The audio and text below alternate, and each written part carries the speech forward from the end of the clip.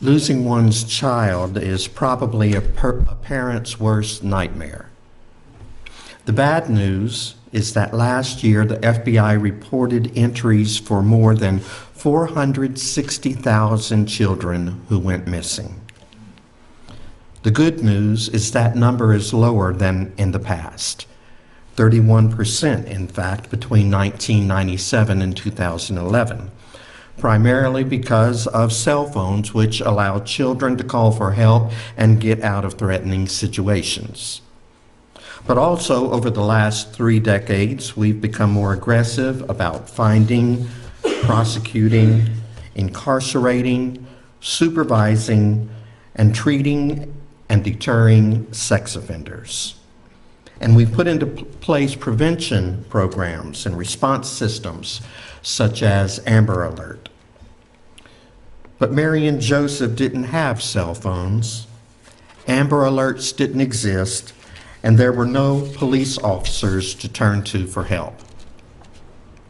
They had assumed their son was hanging out with the other kids somewhere in the pack of folks making the return trip from Jerusalem to Nazareth. And they kept on assuming it for the rest of the day. He hadn't shown up for breakfast, but he must be around somewhere. Lunch? Well, no, they didn't see him, but he was probably grabbing a tuna sandwich with the other boys.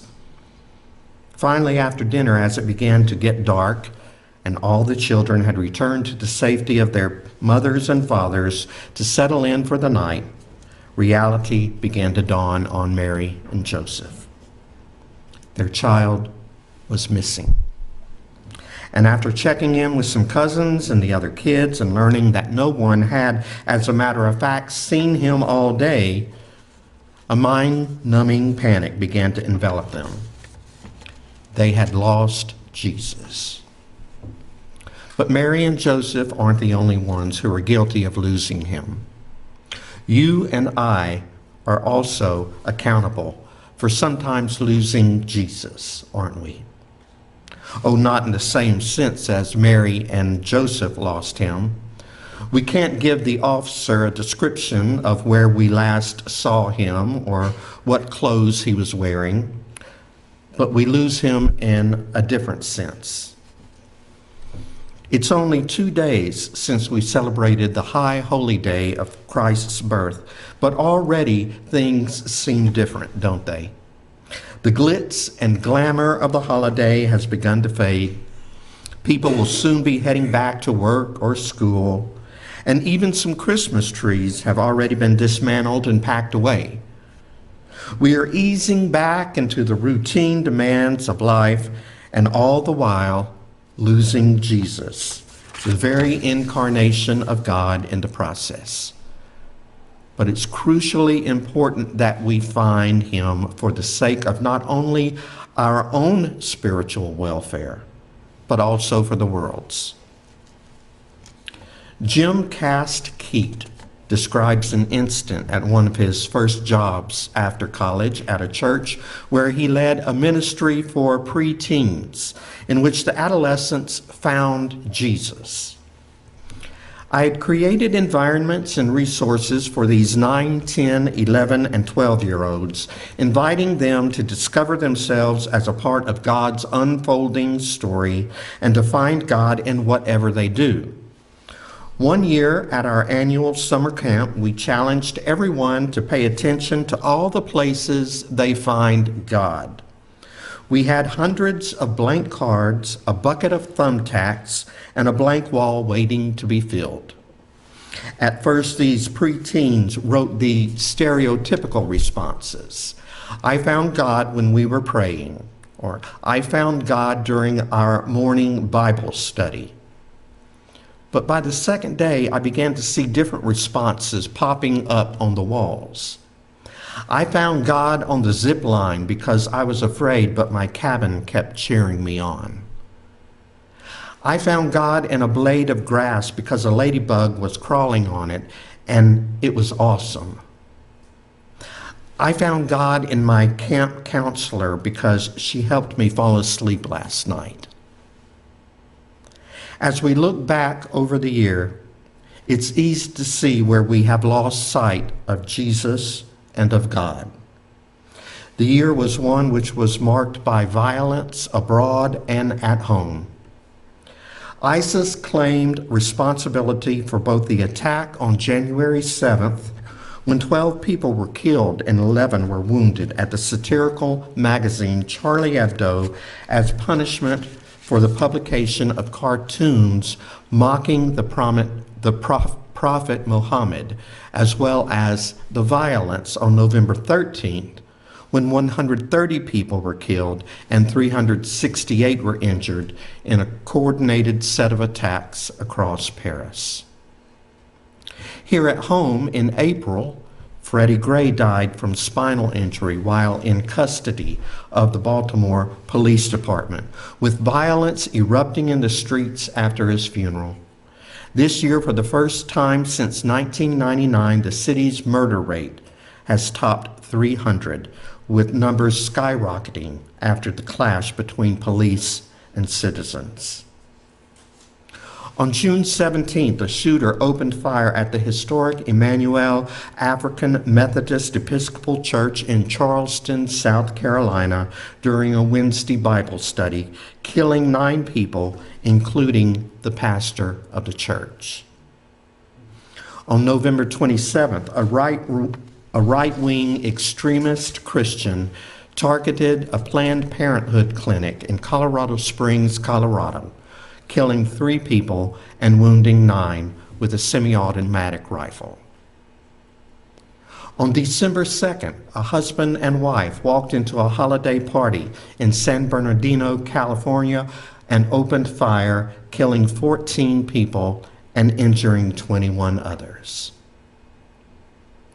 And the next day, the U.S. Senate voted down 2 proposed bills, one that would expand background checks for guns purchased online and at gun shows, and one that would prevent persons on the terror watch list from purchasing firearms. Meanwhile, around the world, millions of people desperately sought a new beginning, resulting in an estimated 3 million immigrants into Europe who are fleeing violence in Syria and other war-torn and poverty-stricken countries. Plenty of evidence of losing sight of Jesus.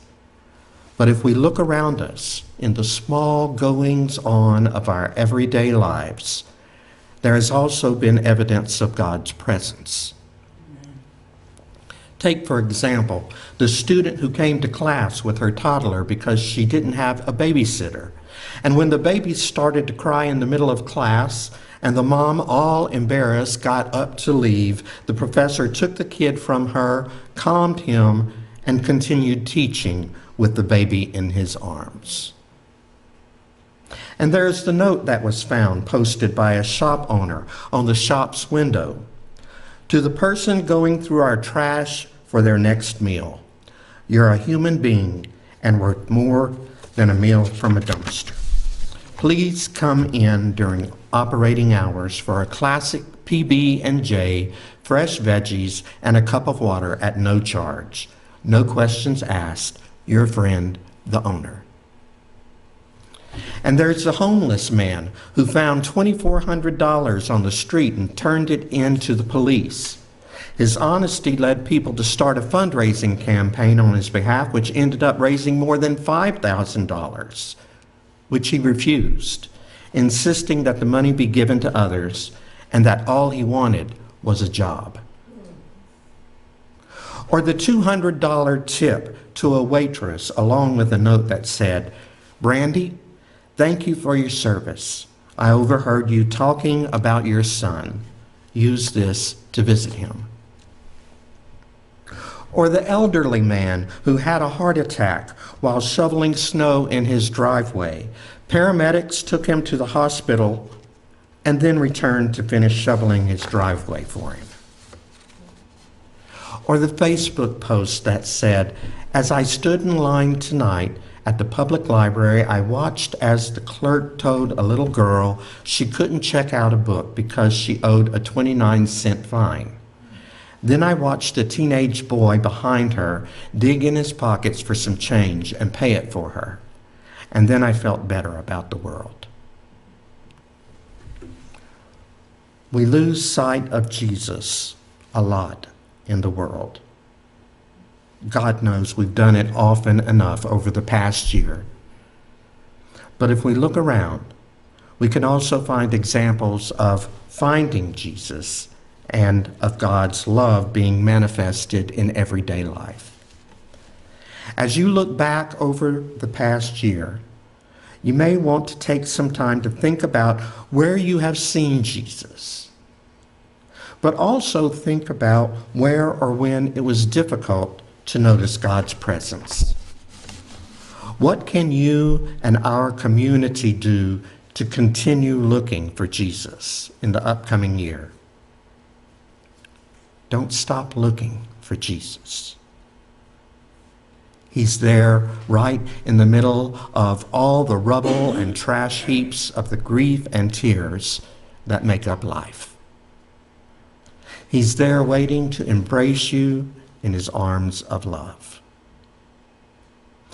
May you find what your heart most desires in the upcoming year. Amen.